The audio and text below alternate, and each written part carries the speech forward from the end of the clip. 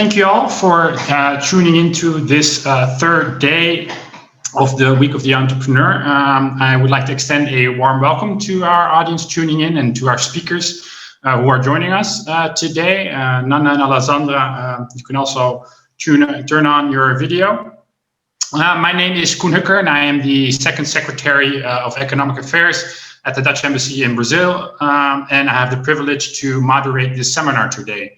We are still waiting for one of our panelists, Mr. Ricardo Young. We hope he'll show up soon, but we would want to start ahead already.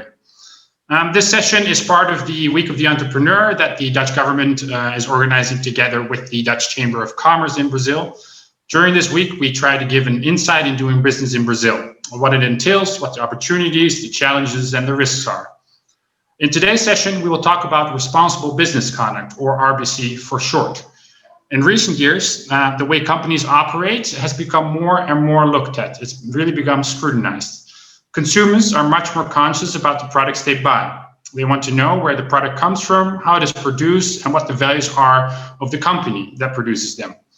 They don't just look at the companies as intermediaries between consumers and the product, but as an important stakeholder in society. They demand responsible business conduct. And that is why we are talking about RBC in the context of Brazil today. The seminar is organized in three parts. First, our speakers will have a short opening remark about RBC in Brazil or RBC policies. Second, we have a couple of statements prepared that we will discuss among the speakers to have a lively and dynamic discussion going on. And lastly, there will be a short Q&A session in the end where the audience can ask questions if there are any. For the first part, I would like to give a warm welcome to our speakers for today. Ms. Alessandra Raspante from Rabobank, South America, and Ms. Nanna Stolze from the Dutch Ministry of Foreign Affairs. Our third speaker, Mr. Ricardo Young, I hope he'll tune in as soon as possible. He had some technical problems, but Mr. Ricardo Young is the president of the Instituto Ethos here in Brazil. So our first speaker of today is Ms. Alessandra Raspante. And Alessandra Raspante comes from a legal background. She holds a master in financial and capital markets and a master in contractual law. She's also finishing this year another master in psychoanalysis theory. She has more than 20 years of working experience in the financial markets and is currently leading regional compliance function within Rabobank South America. Being responsible to establish its integrity framework to ensure a sound and ethical business operation. Mrs. Alessandra, you have the floor. Hi, thanks for the introduction, and thank you for the generosity to invite me to this event. I'm happy to be here and contribute. And my 5 minutes talking, I was wondering what would be of value to share for this audience about the responsible business conduct in Brazil. And I was reflecting about it, how this has evolved over the last decades.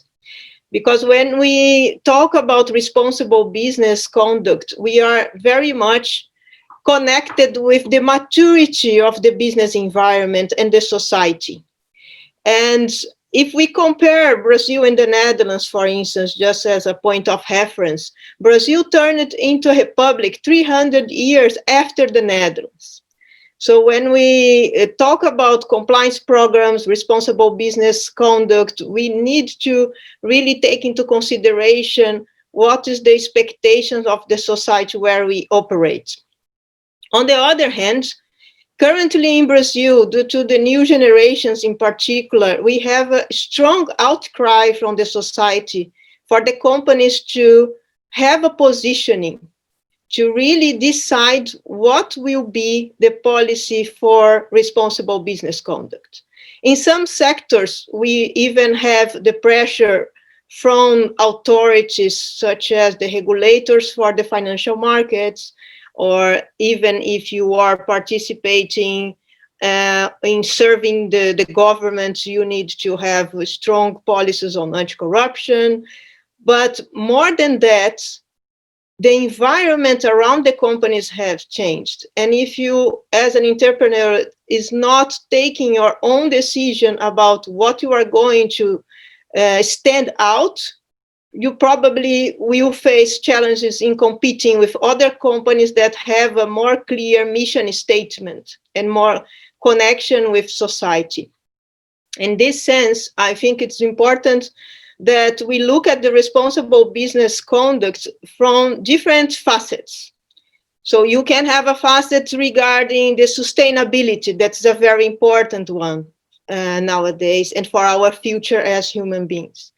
You also need to look at the diversity point of view, how the company will be responsible to ensure that people are respected in their dignity and in their rights to be included, not only having part of a company in terms of being looked at as a consumer, but also joining these companies as employees. So the whole discussion about racism in Brazil, and also the women rights in comparison to men, alignment of salaries, women taking higher positions, and also going beyond of the letter of the law.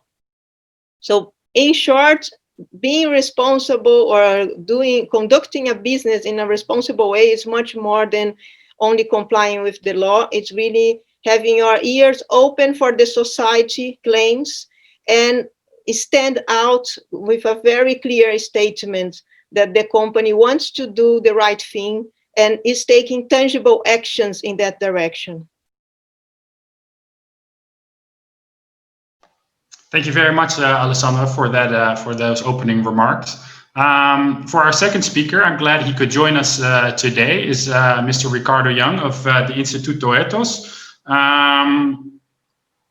Mr. Ricardo Young is the president of the Instituto Ethos. He has decades of experience in the field of sustainability and responsible business conduct. Thank you very much for participating, Ricardo. I would like to give you the floor for your opening remarks.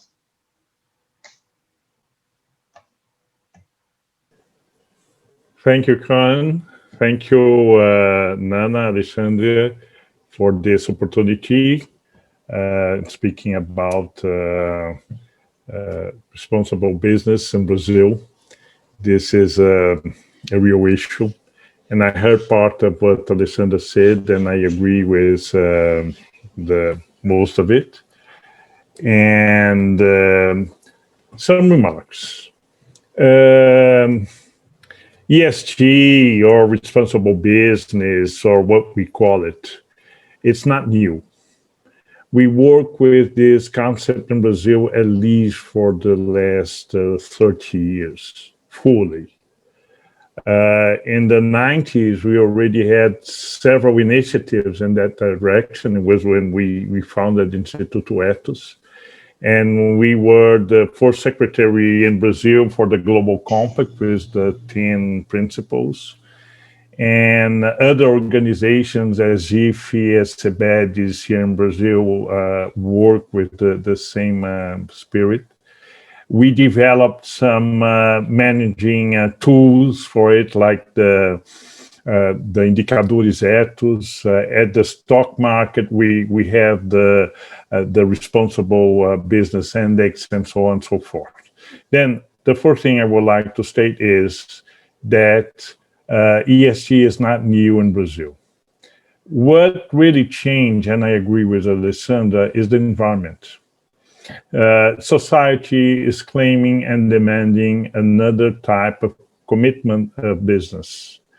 And we can see that firstly from the environment issue, the climate change issue, but also for the human rights perspective.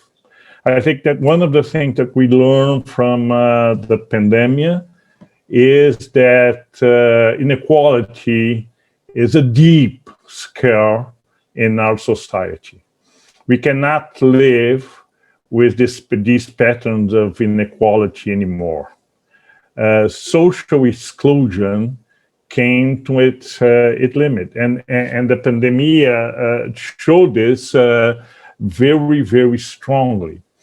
And because of the climate change issue that have very direct consequences on the water supply issue, and because of the awareness around the level of inequality, we are seeing civil society, but more than civil society, also consumers and the high-level leaders on companies really concerned about the need to internalize another business culture in their businesses.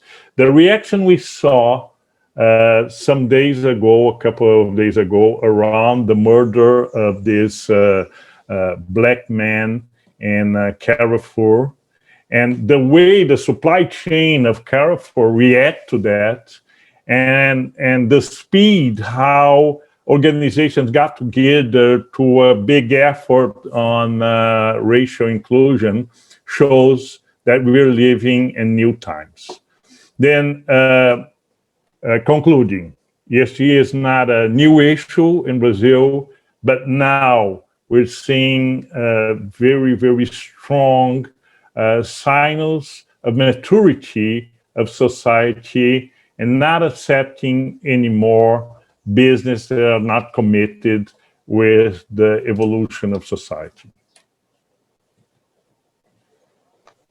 Thank you very much, Ricardo, for those interesting remarks. And I think it's very true that the way society has evolved has also meant that RBC has evolved, and it's not a completely new thing, but there's been a lot more attention to it. Now on to our third speaker, Ms. Nanna Stolze. Ms. Stolze is a coordinating policy officer at the RBC cluster at the Ministry of Foreign Affairs in the Netherlands. She previously served as Deputy Consul General in Sao Paulo. Nanna, please, you have the floor.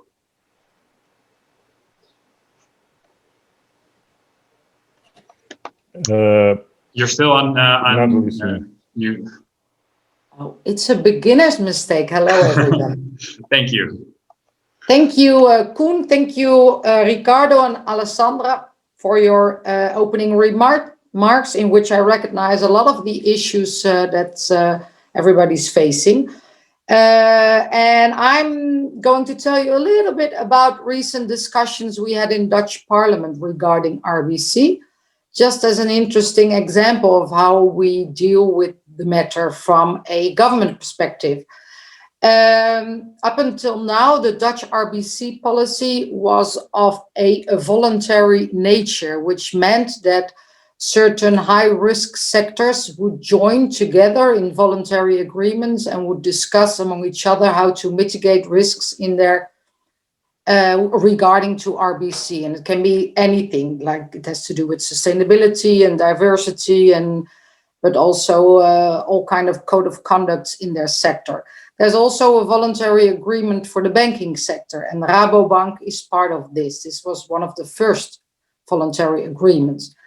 When there was a new government formed in the Netherlands a few years ago, it was said that the voluntary approach towards RBC needed to be evaluated. So a lot of research has been done, many research also translated into English, so I can even share this with the people listening to this seminar. And it took us a year. We talked to many stakeholders, of course, including companies, and how to tackle RBC best. And the conclusion of the project has been that in spite of many positive steps taken by many businesses, current RBC policy is not effective enough, and there are still Dutch companies that do not do business in accordance with some international RBC standards like the OECD guidelines. And of course, another conclusion was that businesses need a little bit more support, because it's one thing if you're a big multinational and you have a department that deals with sustainability in your value chain or social issues within your company. But if you're an SME, a small, medium enterprise company, it's difficult to dedicate time and effort towards complying to RBC standards. The Dutch government already has some instruments in place to support companies, but that could always be more. That was also one of the results of our evaluations. So last month, a new policy was approved by the government, and a key element to this new policy is that there will be a general due diligence obligation for companies. We think that an obligation like this is most effective if it's formulated at EU level. So at the moment, the Dutch government is fully into international conversations within the European Union to go for more for a new due diligence legislation that will be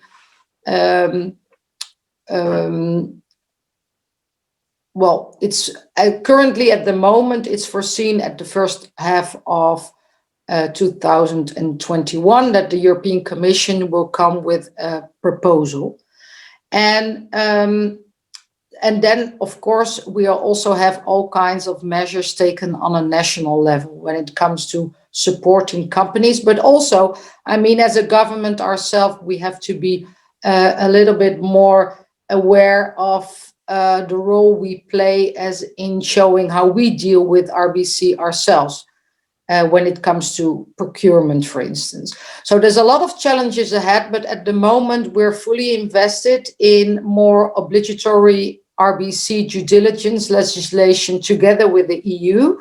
Currently, Germany is holding the presidency of the EU, and for them it's also a very important theme. And that's also, I reflect shortly on what Alessandra said and Ricardo too.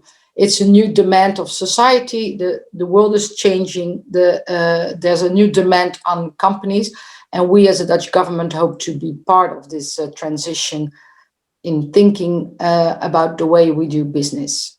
Thank you. Thank you very much, Nanna, for that elaboration on the policy objectives of the Netherlands and how the Netherlands views RBC and the new policy that was developed over the last couple of months. I think we lost Ricardo, unfortunately. I hope he comes back. But we'll move on to the second part of this seminar, which is hopefully a lively discussion about some statements that we prepared regarding RBC. And I would like to start out with the first statement. And the first statement is that responsible business conduct does not provide any value to the bottom line of companies and is only philanthropic in nature. That means that it's just not generating any profit. Alessandra, would you want to start? Yes, I can start. Yeah, I tend to strongly disagree with that statement because non-financial risks, and I consider this topic as part of the non-financial risk, it's one of the major sources of losses for companies, ultimately.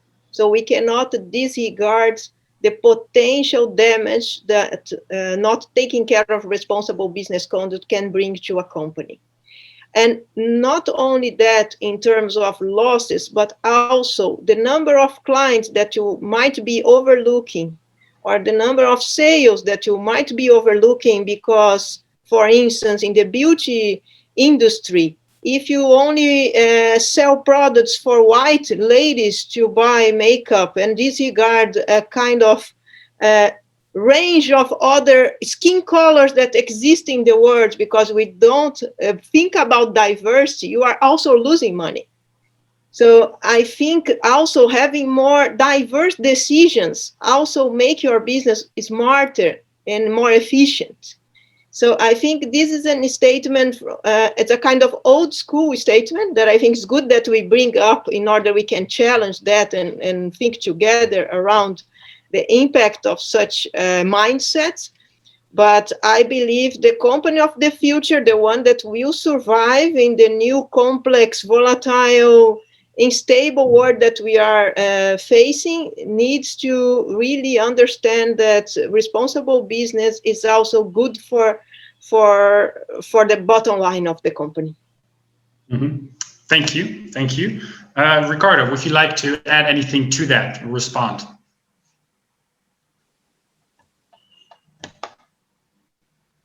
You're still on mute, Ricardo. Sorry.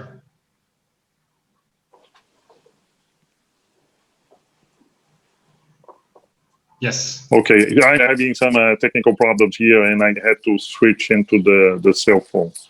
Okay.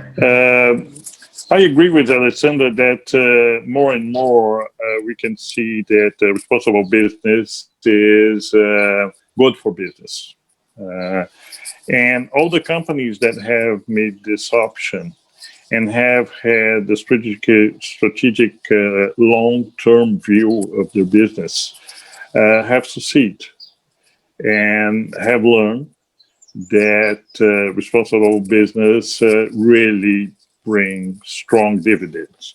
It can bring dividends on the fidelity with the clients. It can bring dividends because the companies retain the best talents. It can bring dividends because the consumer have a good image of the company and want to associate their own image to the image of the brand of the company.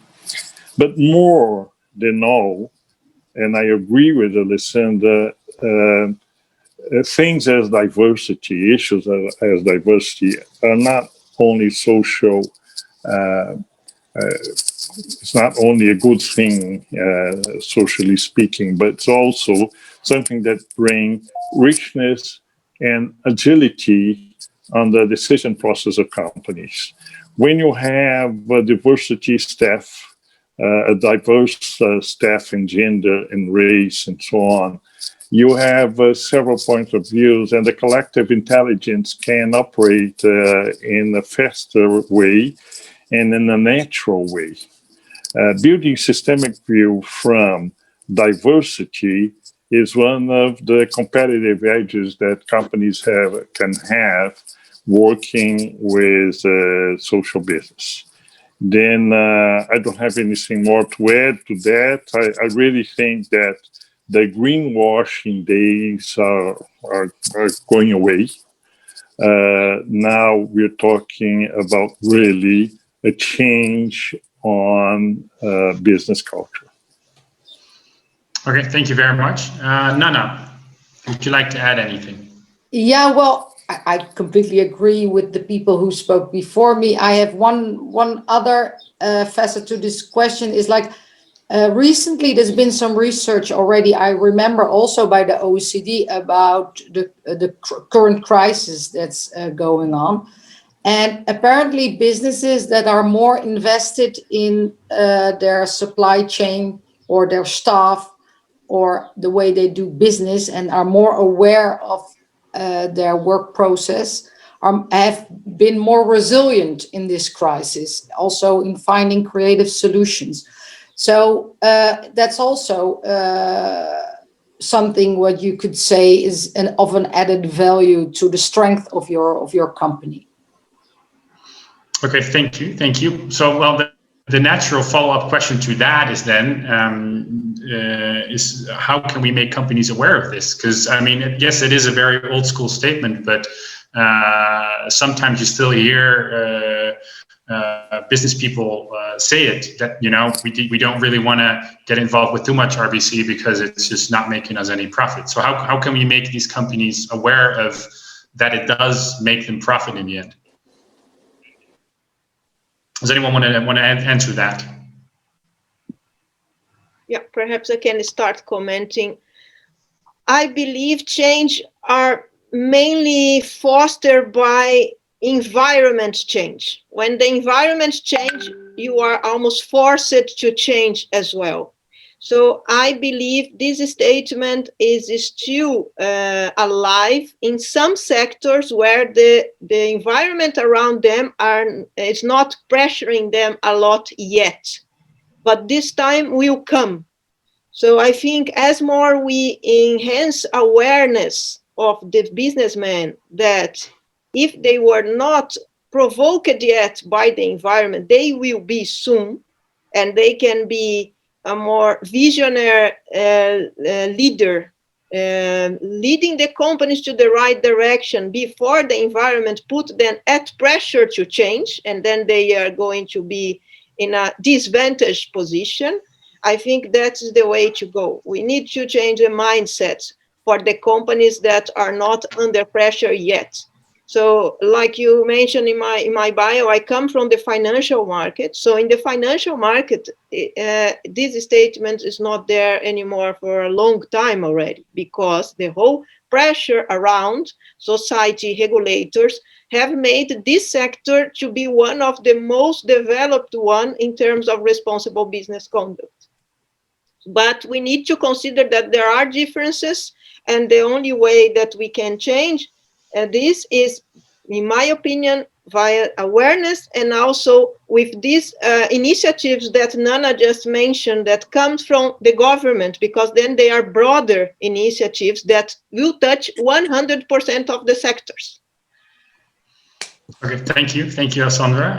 Anyone else would like to add to that? Yes, I would like to comment on something that Alessandra just said.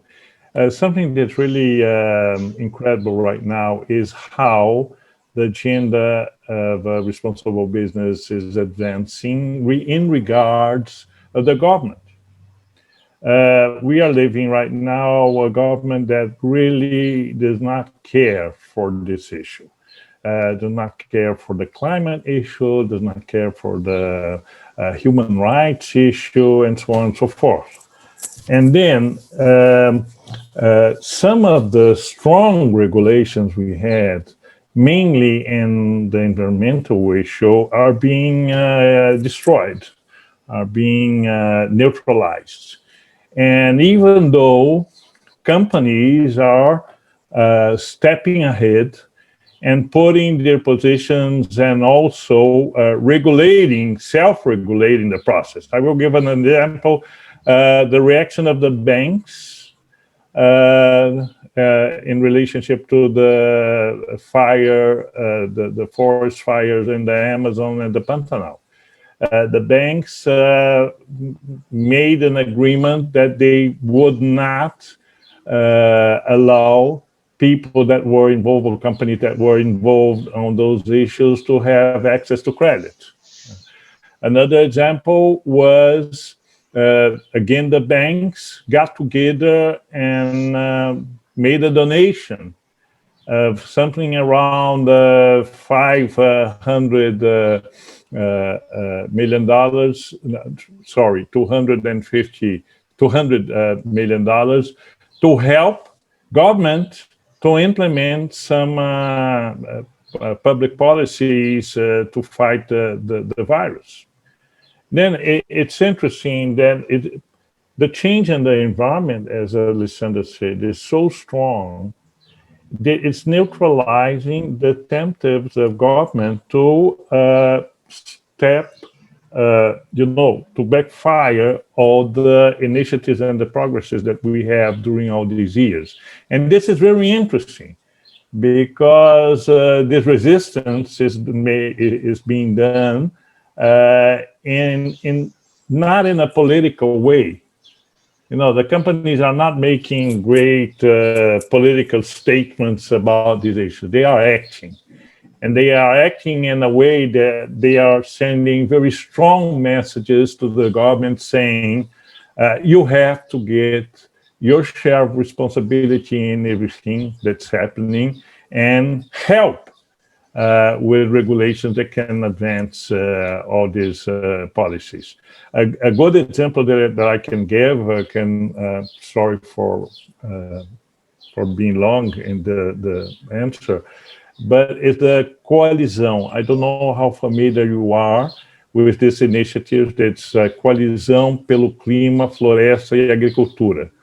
It's a coalition of civil society, environmental NGOs, and business associations around a very clear and pragmatic agenda around the climate thing. and the government start to feel that the coalition could be threatened, because they were being supported by several areas and putting some pressure on the government. And the government tried to fire back this initiative, and even though they fail in doing this. Then this is interesting as well, how the business environment is working resistant to how we say this in English, when you go back, resisting to this, atraso, on one hand, and acting in a non-political way with the civil society to advance these issues. Well, thank you very much, Ricardo. And I think this is a sort of a good segue to the second statement, and that's sort of about the link between the governments and legislation and civil society. So the second statement would then be that without a strong legislative RBC framework in Brazil, companies will not be pushed far enough to implement some of the measures that they should do to be a responsible business. Is there anyone who would like to start with that one?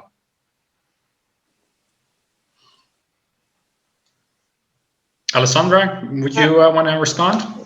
Yes. Well, I am studying now recently psychoanalysis, and why I have started these studies. I would like to understand why people do what they do and what drives people. And my conclusion is that it's really important to have some control measures in society to speed up development, because otherwise there will be a huge asymmetry on responsible business conduct in different sectors, like we see already. So where we see the most development nowadays is on the sectors or on the topics where there was an enforcement. One concrete example on that is the anti-corruption law in Brazil. Since 2012, most of companies have implemented at least a code of conduct to prove that they are in line with the anti-corruption law. And also many companies have already implemented the due diligence on business partners and so on. If we are talking about smaller companies, this is more challenging because there are costs involved, but you see that when there is an intervention, you can speed up maturity.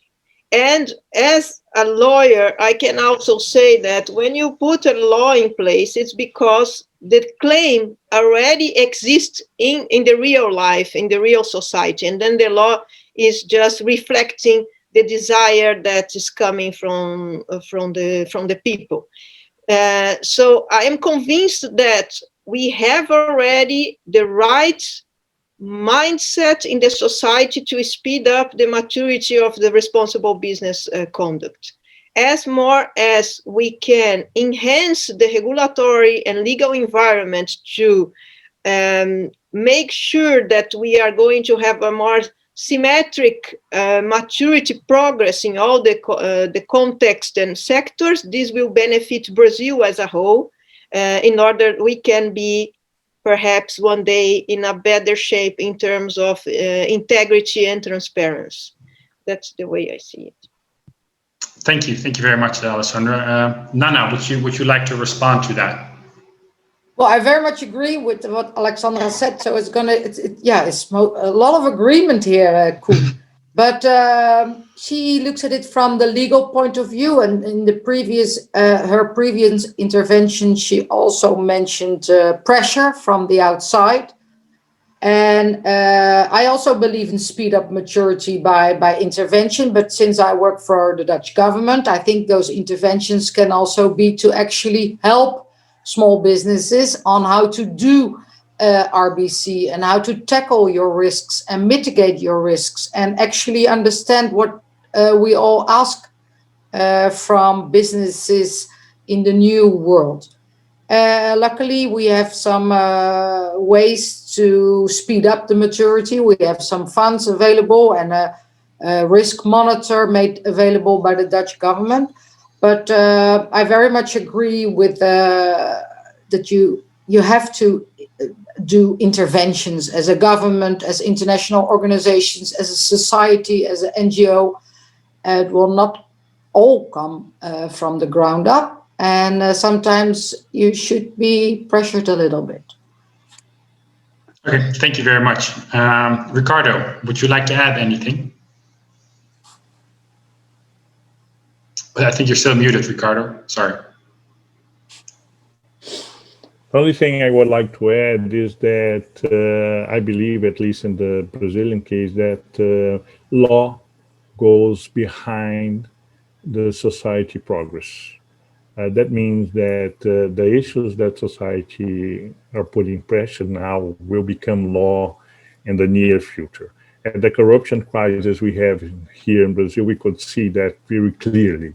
Our laws were all remodeled, and we had an upgrade on the regulations about corruption, compliance, and so on and so forth. Then I really think that we right now, we don't have a good government environment, as I said, to make the law, the regulations go further. But I really think that all these movements that are happening, all these discussions, the election that we just had, are showing that society is getting to a level of maturity where some things will not cannot be allowed anymore. It's incredible because the racism issue in Brazil was always very veiled, we never really confront this issue the way we should. And the way this murder happened and the way it mobilized society is really, it's incredible. It's incredible, like society is getting maturity beyond the political issue. And that seems good news. Yes, no, thank you very much, Ricardo. And I think that is a segue into the third statement. Since we're talking about, how society is really driving some of these needs for RBC, and that companies are really reacting to that. So the third statement that I would like to pose then is that any Dutch company that would want to go to Brazil should really have responsible business conduct RBC in its mission or purpose to be an effective company here in Brazil. Does anyone want to take that on? Yeah, I can take that on as well. Well, I would really not advise to start any business in Brazil without a clear, responsible business conduct. As Ricardo said, the laws will evolve, will take some time. We are still a young society, relatively speaking. I am a positive person always, so I'm not fully happy with the stage we are nowadays, but I believe in the new generations. I believe we are changing mindset in a great velocity, and things will get better over time. So if you start a business, do the first time right. Start your business thinking about doing the right thing, looking at what it is expected from your company. Don't hide behind the company, because after all, the company is just a legal fiction. What is the company? The company is me, it's you.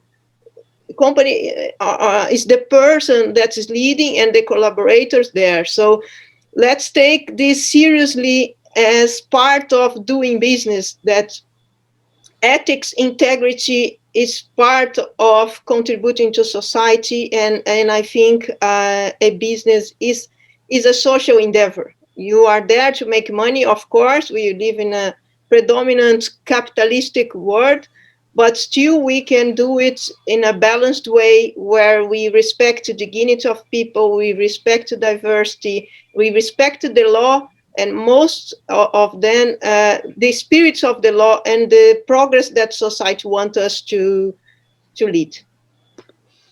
Thank you very much, Alessandra. Ricardo, would you like to, I see you want to respond? I agree entirely with Alessandra, and I would give the same recommendation. One thing I would like to bring your attention is that I'm also a member of the Brazilian Institute of Good Governance, IBGC, and I'm an instructor there on the theme of culture, organization, and integrity.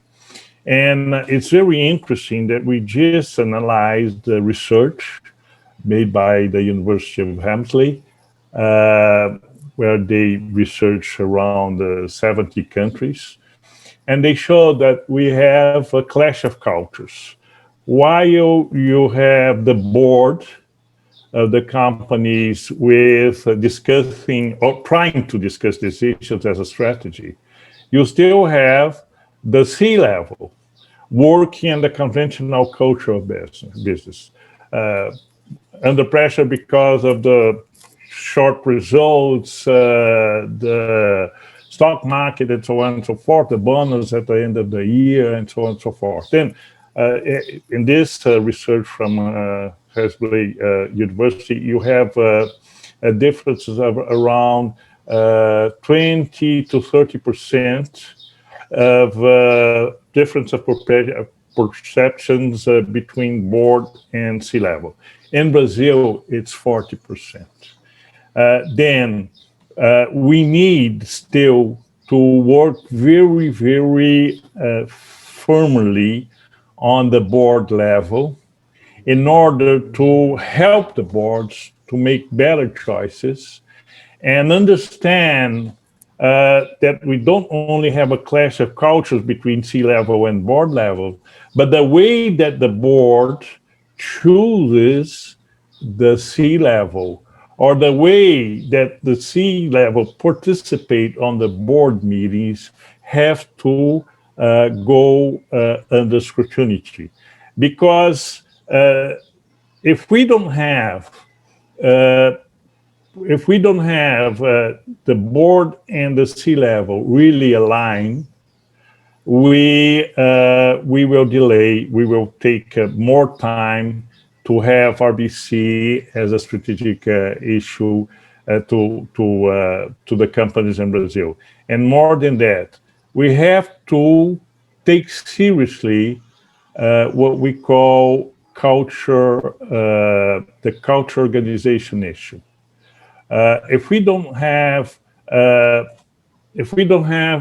integrity and organizational culture as a strategic issue on the board and the C-levels, we will have problems because the companies that don't have a strong culture cannot deal wisely with rapid changes, with the type of problems we had with the pandemic, the need to adapt very fast to external changes. Then we have to have the organizational cultures as one of the strategic issues on the company strategy as a whole. Thank you very much, Ricardo, for those points. Nanna, would you like to respond? No, I heard you see me nodding. I hear all kinds of things I completely agree with or stated before. Thank you. Well, thank you very much. We are nearing the end. We do have a Q&A session in the last 10 minutes of this webinar. I haven't seen any questions yet from the audience, but maybe if the audience have some questions, you can ask them at the Q&A button in Zoom. But then allow me to ask a question to you all. So let's say that a Dutch company wants to go to Brazil and start activities in Brazil, or a Dutch company that's already been active for a couple of years here in Brazil. If you can give me one key aspect of responsible business conduct that they would have to think about, and what your advice would be to them, what would it be and why? Who wants to take that question first?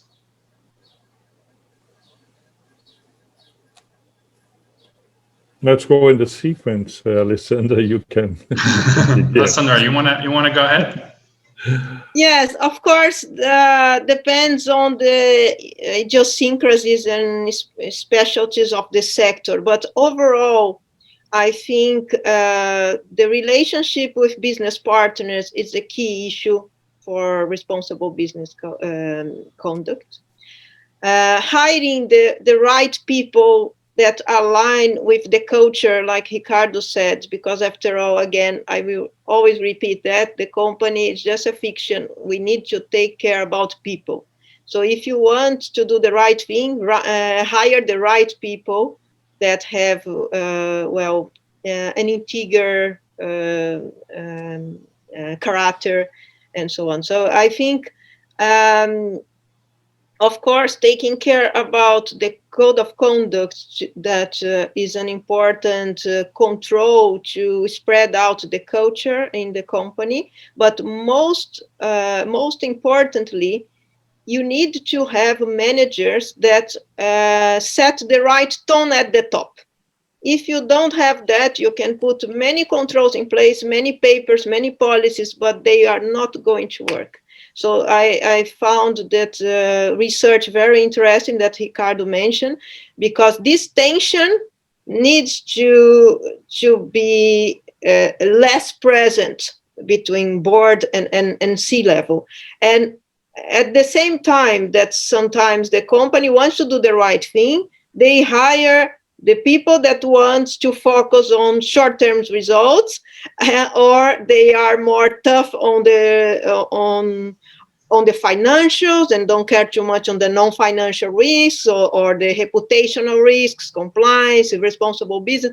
So I think we face a kind of identity issue. The companies want to do something, but on the other hand, they are struggling to really set the way to do things. So I would basically resume as taking care of your relationships. I think the example mentioned by Ricardo that happened recently, it's an extreme proof of it. If you have a relationship with a partner that's not doing the right thing, your name will be in the media in the next day. Yes. So I think that is very important to think about. Yes, thank you very much, Alessandra. I could not agree more with Alessandra. It looked like that we had a phone call before and said, let's align our opinions about things, because perfect. What she just said is just perfect. I only would like to add the issue that we cannot have a good market if we don't fight poverty. The structural poverty we have in Brazil is a threat for the market. We don't have income, we don't have jobs, and companies are jeopardized because of that. Then, if not for an obvious ethic and moral issue that should be, companies have to include in their strategy ways of helping to mitigate the enormous income difference, the poverty, the lack of opportunities. We have to fight to expand the opportunities for people. We made some progress in education the last 20 years. They are not what they should to be, but they are better than we were. But we still don't build strong opportunities to people prosper in Brazil. Then companies that come to Brazil have to think that they will be on a country that's living a structural inequality issue, and in order to enhance the market and the level of life of people, companies have to include in their strategy ways to help the fight of inequality. Thank you, Ricardo. Thank you very much for that. Nanna, from the Dutch policy side, would you like to give some advice? Well, you know, I talk to Dutch companies who want to do business internationally, and if you would ask me what is the first and foremost important RBC risk, that depends very much on the sector and the country you want to go to. There are some basics, of course, which I think is also, like Alessandra said, is integrity of doing business and feeling responsible also when you go to another country. And I mean, it's a two-way street, and it's also a social construct doing business. It's not all about making money. It's about the people who work for you. But I would say also from a government perspective, a very important part of RBC is practice what you preach, and that's related to the Dutch government and our own ways of procurement. If we, on the one hand, will have due diligence legislation within the EU, where we ask companies to adhere to RBC guidelines, and on the other hand, we are a very big buyer in the field. In our own internal procurement procedures, do not issue the right RBC code of conduct. I mean, I think we would be very, it would be very bad business, and the government cannot be trusted in that way, and would be not effective. So it's also, from our perspective, we have to change our ways too, because we're a company too. But well, I agree with what previous speakers said about the risks and how to mitigate them, and how we would stay in contact and be in debate with society and listen to the demands of the society, also in Brazil. Well, thank you very much, Nanna. I see that there is one question that came in. And the question is if there is a difference between setting an RBC policy in the Netherlands and getting it put to practice on the local markets, such as Brazil. If there's any large difference in how, you know, as the government, you set these policies and also for companies that are operating abroad. But then how do these companies actually implement these policies locally, if at all, if there is any discrepancies? That's a good question. Go, Nanna. No, there shouldn't be any discrepancies, and that's why, of course, the Netherlands always sets out policies within the EU, so that makes it even broader. And but I mean, like, Brazil wants to be a member of the OECD and is really invested in being a member of the OECD. So I think that's a good commitment, because then you adhere to the guidelines for multinational enterprises when it comes to RBC. So that also means that as a government, you have the obligation to make your companies in your country aware of this guidelines. So it's this international, the policy for Dutch companies also is about their international activities. It's not national. I mean, they're based in the Netherlands, but it's about all their business activities. Yes. Ricardo? I would like to give an example. It's a very, very nice example. I live in a small city in the state of São Paulo named Olambra. Olambra is a city that's linked to Peru, as you know. And it's a city known by the production of flowers, exportation of flowers. It supplies 70% of the Brazilian demand of flowers. And your government have a very strong influence in the business that are made here.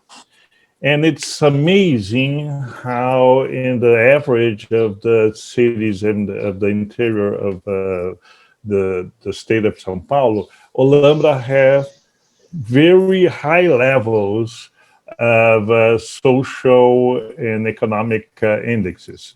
For instance, you don't have poverty here. You have social security provided by the associations in the city. You have special associations here to take care of the elder people. And you can see that the business culture in the city is highly influenced with a community commitment. And of course, this comes from a blend of Dutch culture, of course, but the way of doing business on communities. And this is a good example of how this kind of approach and culture can really spread out and change the whole environment of a city that have 15,000 inhabitants, but receive yearly more than 300, 400,000 people because of their, because of the charm of the city and all its characteristics. And I would like to register this. This is a very good example that how this interchange can help. Oh, definitely. No, thank you very much for providing that example. Alessandra, would you like to also tackle the question? Yeah, perhaps I would like to add the dilemma that the Dutch companies and European companies in general have to implement their level of responsible business conduct policies in countries that are in development, like Brazil. And the main challenge is that the bar sometimes is too high for the environment that we have in terms of maturity. But of course, coming from a Dutch company, we are not shy about it. We do it. And by doing that, we also mirror behavior in the society. And we believe that this contribution is also important. But it is a challenge in the sense that sometimes other players or peers are not achieving the same level of maturity. And then the clients can also come to you and say, look, you are the only company, the only bank that's asking such kind of level of business responsible conduct. But we stand very strongly on that. And I think most of Dutch companies do the same. And I'm glad to see that over the years, some things that, for instance, in my company, we started doing some years ago and we didn't see anyone doing in the market. We now see that many companies are doing the same. When we stand up and say, okay, if we are the only ones, we will say then we are the only ones. But we strongly believe that we could influence change as well. And nowadays we see that we are not alone because as mentioned here many times, society is with us. Sometimes we are doing things that is not even in the law, not in the Brazilian law. Sometimes it is in the Dutch law, but not in the Brazilian law. So I think we need to really do the right thing again and things will just follow accordingly. Well, thank you very much, Alessandra. I think we went a couple minutes over time, near the end time, over the end time. But I think what you lastly said is that you're not alone. I think it's a very good example for those tuning in that if you are really considering going to Brazil or setting up any activities in Brazil, that you really have to think about RBC, and you're not alone. And there's a lot of avenues that can help you out with it, such as the Dutch government itself, but also some other institutions like Ethos or Rabobank even. So with that having said, I would very much like to thank our three speakers who took the time today to join us and enlighten us with their words. So thank you very much, Alessandra. Thank you very much, Nanna. Thank you very much, Ricardo. Thank you very much. I hope that everyone who tuned in took some advice from you guys and have a better understanding of RBC in Brazil and why it matters. So thank you very much and have a good day. Thank you very much. Have a good day. Bye, Brazil. Miss you.